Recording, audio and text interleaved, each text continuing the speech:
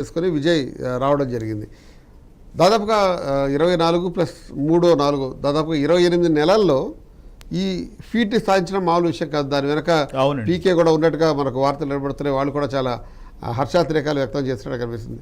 మీకు ఎలా అనిపిస్తుంది? 24-25 నెలల్లో పార్టీ పెట్టి తమిళనాడు లాంటి స్టేట్లో, ఇప్పుడు తమిళనాడు అంటే ఆంధ్ర తెలంగాణ కంటే పెద్ద స్టేట్, అటువంటి పెద్ద స్టేట్లో అధికారంలోకి రావడం, అలాగే చాలా బలమైన ద్రవిడియన్ కల్చర్లో ఉన్న రాష్ట్రంలో అధికారంలోకి రావడానికి మీరు ఎట్లా అర్థం చేసుకుంటారు? అంటే బాగా చూసి చూసి చూసి ప్రజలండి మొహం మర్చిపోయారు. పైగా ఇప్పుడు జనరేషన్ గ్యాప్ కూడా చాలా ఎక్కువగా కనిపిస్తుంది. పాత జనరేషన్ వాళ్ళు దాదాపు ఇప్పుడు ఈ కొత్త జనరేషన్ వాళ్ళు పాపులేషన్లో కొత్త జనరేషన్ వాళ్ళు ఎక్కువ ఉన్నారు. ఈ జెన్జీ అనుకోండి ఏదన్నా కానీ. అయితే వీళ్ళకి ఏంటి అంటే ఇంకా ఎన్ని రోజులు. పైగా విజయ్ కూడా చాలా తెలివిగా నమస్తే అంకుల్ అని చెప్పి ఒకసారి ఒక మీటింగ్లో స్టాలిన్ గురించి అది ఆయన ఉద్దేశంలో నేను యంగని ఈ యంగ్ పీపుల్కి నేను మాత్రమే మీకు ప్రతినిధిని అని చెప్పాలనే ఉద్దేశంలో విజయ్ ఉన్నాడు. పైగా విజయ్ సినిమాల్లో కూడా ఉన్నాడు. ఈ కారణాలు పైగా ఇప్పుడు అక్కడ ద్రవిడియన్ అనే దీనికంటే కూడా ఇప్పుడు ఇతను ఒక దళిత్, ఎవరు సామాజిక వర్గానికి సంబంధించి విజయ్ దళిత్ అయితే అలా తీసుకొచ్చాడు. కొంచెం అంటే కొంచెం స్ట్రాటజీగానే వెళ్ళాడు, ఏ మాటకు ఆ మాట. ఇప్పుడు వీళ్ళు ఉన్నారనుకోండి, ఏఐఏడిఎంకే పార్టీ వాళ్ళు ఉన్నారనుకోండి, వాళ్ళు ఆల్రెడీ పాపం ఒక 2 ముక్కలయ్యి ఆ ఇద్దరు కూడా జయలలిత ఉన్నన్ని రోజులు జయలలిత మాత్రమే ఫేసు ఆ పార్టీకి. జయలలిత తర్వాత ఇంకా అసలు ఇప్పుడు పైగా శశికళకి ఎక్కడ సొసైటీలో తనకు ఒక మంచి గుర్తింపు, ఒక మంచి మాట లేదు. ఆ పరిస్థితిలో ఈ ఇద్దరు మిగిలారు, పన్నీరు సెల్వమన్ను పళనిస్వామి ఇద్దరు మిగిలారు.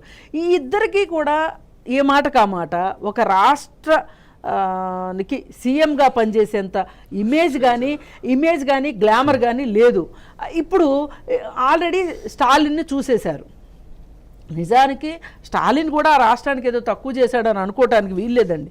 ఎందుకంటే ఈ దేశం మొత్తం మీద ఉన్న ముఖ్యమంత్రుల్లో ఎవరు బెస్ట్ ముఖ్యమంత్రి అంటే 3వ స్థానంలోకి వచ్చిన స్టాలిన్ కూడా చాలానే చేశాడు ఆ స్టేట్కి.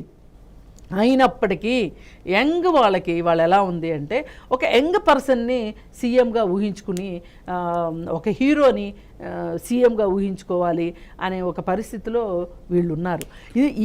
ఇన్ని ఫ్యాక్టర్స్ కలిసి వచ్చినాయి. కానీ పైగా ఇంకోటి కూడా ఏం జరిగిందంటే విజయ్ పైన పదే ఆ దాడులని ఈ దాడులని ఇవన్నీ జరగటము, పైగా త్రిష వ్యవహారాన్ని ఎక్కువగా అనవసరమైన ప్రచారాన్ని ఇవ్వటం కూడా ఒక రకంగా అతనికి అదనపు గ్లామర్ని తీసుకొచ్చింది తప్పితే అతని పైన ఓ పక్కన ఒక జాలి ఏంటి, అతని పైన అతని సినిమాని దళపతి సినిమాని ఆపటం ఒక రకంగా అది కరెక్ట్ విషయం కాదు. కానీ వీళ్ళు ఏమనుకున్నారంటే ఆ సినిమా రిలీజ్ అయితే ఇతను ఒక రాజకీయ నాయకుడిగా కనిపిస్తే మనకేదో కష్టం అవుతుంది అని అనుకున్నారు బీజేపీ వాళ్ళు. కానీ అన్నీ ఏంటి అంటే వీళ్ళు అనుకున్నది ఏది ఫలించలేదు. బీజేపీ అనుకున్నది ఏది అక్కడ ఫలించలేదు. ఫలించకపోవటంతో అసలు వీళ్ళు ఏమనుకున్నారు, విజయ్ పెద్ద ప్రభావం చూపించడు, అక్కడ రాష్ట్ర ప్రజలేమో ఒకసారి గెలిపించిన వాళ్ళని మళ్ళీ రెండోసారి గెలిపించరు కాబట్టి ఏఐఏడిఎంకేనే గెలుస్తుంది.